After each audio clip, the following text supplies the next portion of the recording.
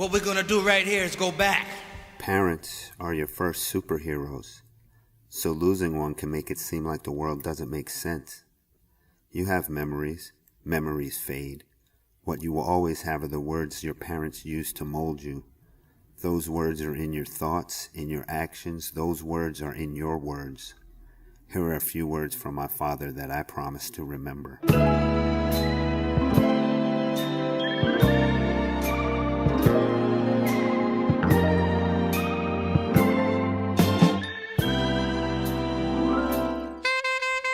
I started in junior high school, and I studied. Mr. Greenbaum was my first teacher. I love him, he taught me. And then I got selected. I took a test and went into the High School of Music and Art. That changed my life. From a Harlem boy to studying the classics and studying music.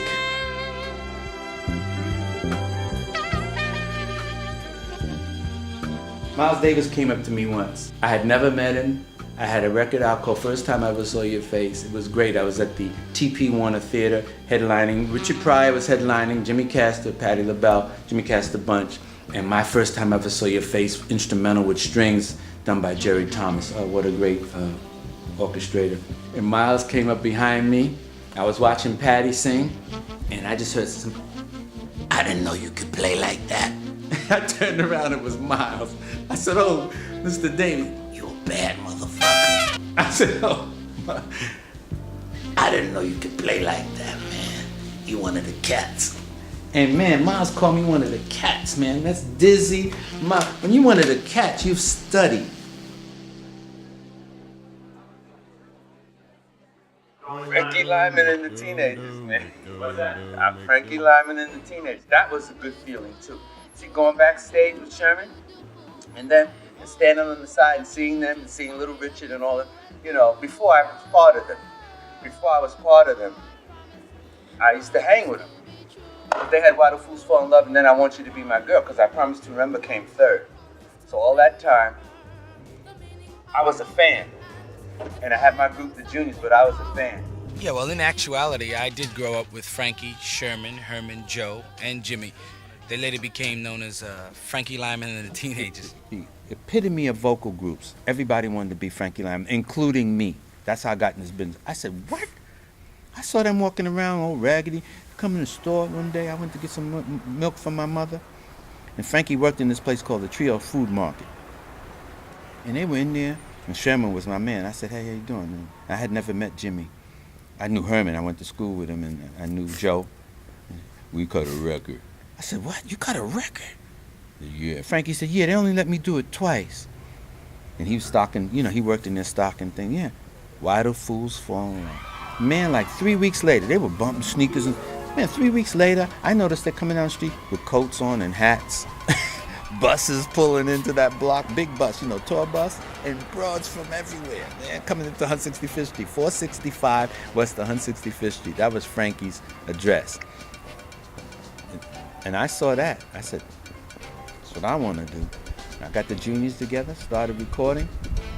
And before you know it, I recorded this record, I Promise to Remember. When George Goldner heard it, he said, who's that? Sherman said, that's my man, Cass. You know, and I was on Mercury, too. They stopped it. They said, he can't come out with that. He can't come out with that. George, he was very shrewd, great producer. I know they were rehearsing it. Sherman he didn't know how to tell me, man, and they were huge. Man, Cass, we rehearsing your song. I said, what? Man, I come down the street one day in Harlem. I came down and he said, ooly papa cow, cow, ooly papa cow, I promise. Well, I wasn't too happy about that until I was asked to be his understudy. Because Frankie at 13 was like 30. 13 going on 30, he was very precocious. When Frankie really messed up, they came to my school. Jimmy Burroughs, everybody. In the lunchroom, I just heard noise gathering up. All four of them. Sherman, Cass. I don't know how he got in. This school was guarded, but it was a helicopter out there.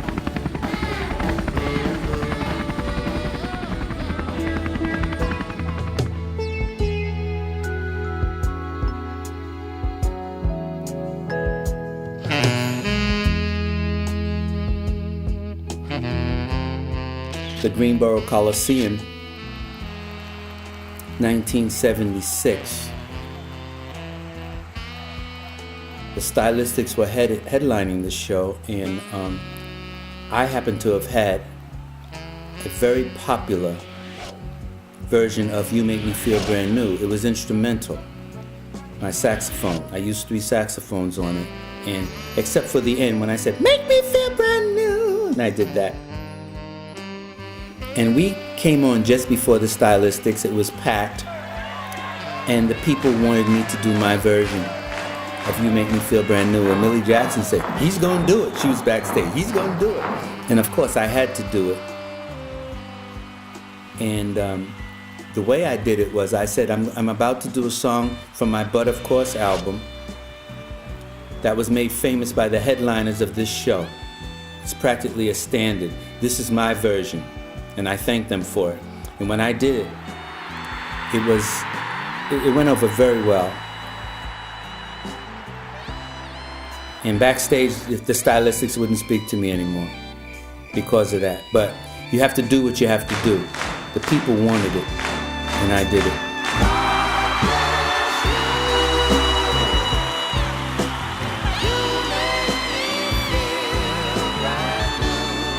It was my song then, my instrumental.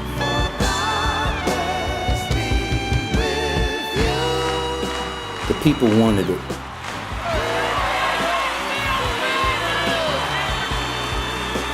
He's gonna do it. He's gonna do it.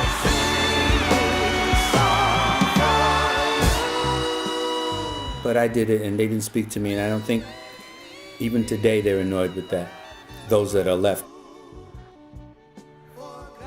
But I had to do what I had to do. The people wanted it.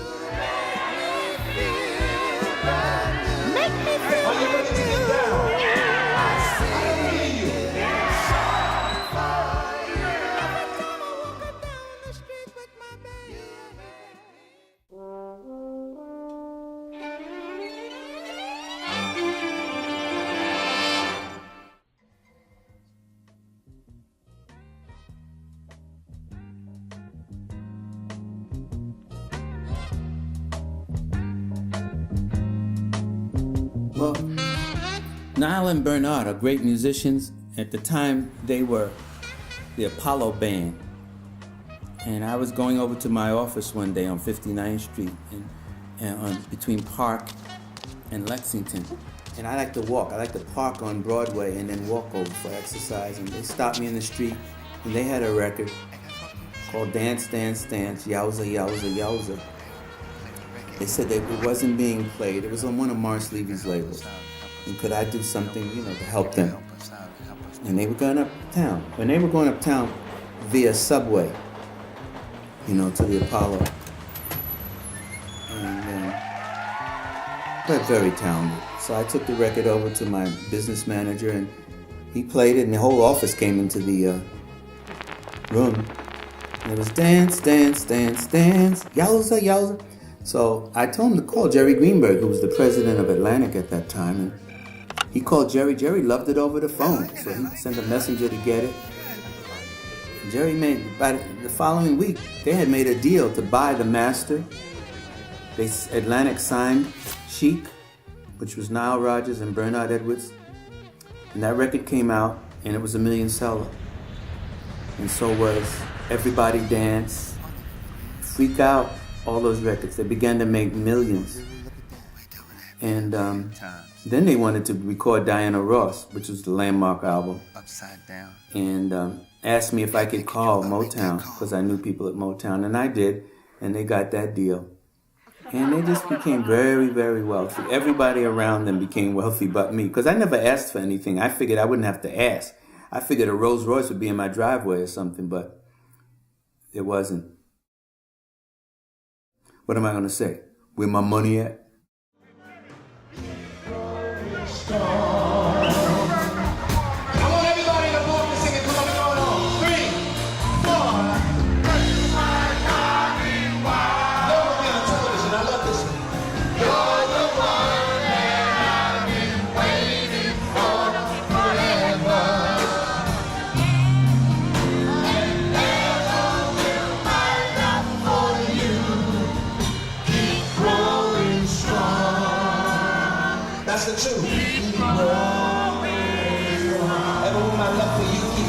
song. I am you. You created me. Whether it's lucrative or not, you want them to know. I mean, I'm not saying starve to death, I mean, you know, but be comfortable and then reach out and bring something back to the community. Don't always take. There are a lot of hypocritical people who've made it, and they do nothing. Permit me to introduce myself. This is the beat. This is the beat. The E-Man, that's right, the E-Man, the everything man. That's what Jimmy Castor was to Flavor Flav. So about 3 months ago, hasn't been about 3 months ago, I'm dead serious, G. I get out my car and stuff, and you know, I'm on my way in the Pathmark. This guy stops me, he says, yo, Flavor Flav, hey, I'm Jimmy Castor. I'm like, what? Yo, Jimmy Castor? Yo, man, I went crazy in this parking lot over this man. Do you hear me? I mean, I went crazy. I was starstruck like a mother. I mean,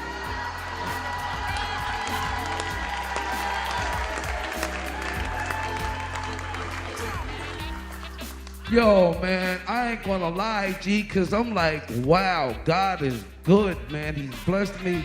He's blessed me with a good life, and now he's blessed me to be able to meet one of my idols in life, Jimmy Castor. So that was a very, very, very huge moment in the life of Flavor Flav. Me meeting Jimmy Castor in the Walmart parking lot. Hey, yo, and we kicked it for a while. And everything. We exchanged. I still got his number. Jimmy Jr., I still got your pop's number right here in the phone. Right here in the phone, kid. I got Jimmy's number right here in the phone. So, but anyway, so we kicked it and everything, you know what I'm saying? Way before Prince, there was Jimmy Castor doing his thing. Jimmy Castor, my dad, the E-Man. If I was to die today, I've met one of my idols, and I'm so happy, and I've lived life to the fullest through your music, because you make me feel the way that nobody can when I hear your song. Take care, Jimmy. Love you, brother. I know where Jimmy is, and I know his heart. Far deeper than a lot of people in here know. And so it is indeed a pleasure to be here to say this on his behalf, that he's cool. He's in the hands of God now. Parents are your first superheroes, so losing one can make it seem like the world doesn't make sense.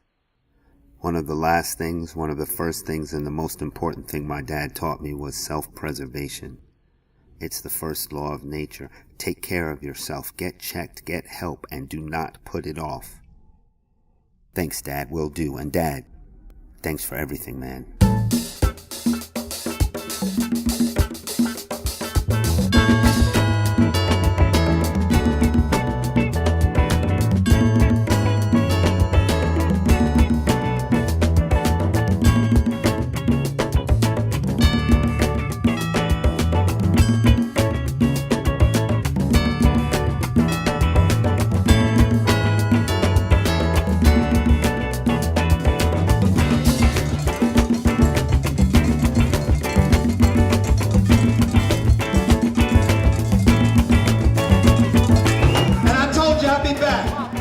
Teach them what it real is and let them know that the children are listening.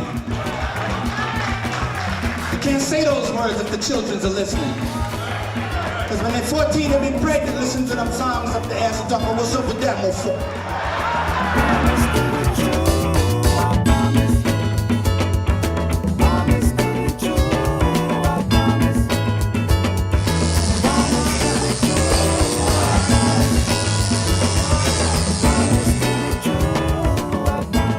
Yeah, I was 11 when I wrote that.